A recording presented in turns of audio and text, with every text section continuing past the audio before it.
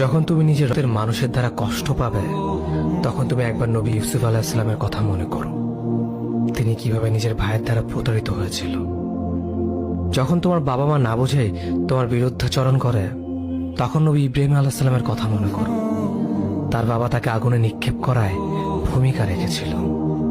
যখন তুমি সমস্যা থেকে পরিত্রাণের জন্য কোনো পথ পাবে না, তখন ইউনুস আলাইহিস সালামের কথা ভেবো।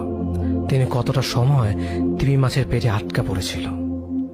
যখন তোমার নামে কেউ মিথ্যা অপবাদ ছড়িয়ে দেবে, তখন মা আয়েশা রাদিয়াল্লাহু আনহার কথা মনে করো।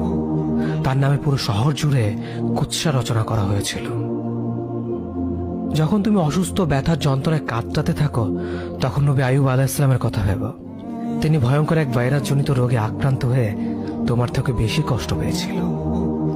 যখন তুমি দিনের কোনো বিধান নীতিতে যুক্তি খুঁজে পাও না, তখন নবী নূহ আলাইহিস সালামের কথা ভেবো। তিনি কোনো প্রশ্ন ছাড়াই মরুভূমিতে নৌকা তৈরি করেছিল।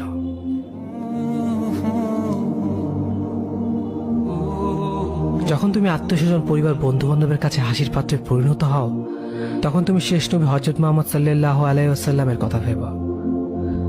রাসূল সাল্লাল্লাহু আলাইহি ওয়াসাল্লাম বলেছিলেন, সবচেয়ে বড় পরীক্ষা দিয়ে সব থেকে বড় পুরস্কার আসে। যখন আল্লাহ কাউকে ভালোবাসেন, তখন তাকে পরীক্ষা করেন, এবং যে এই পরীক্ষাগুলো মেনে নেয়, সে আল্লাহর সন্তুষ্টি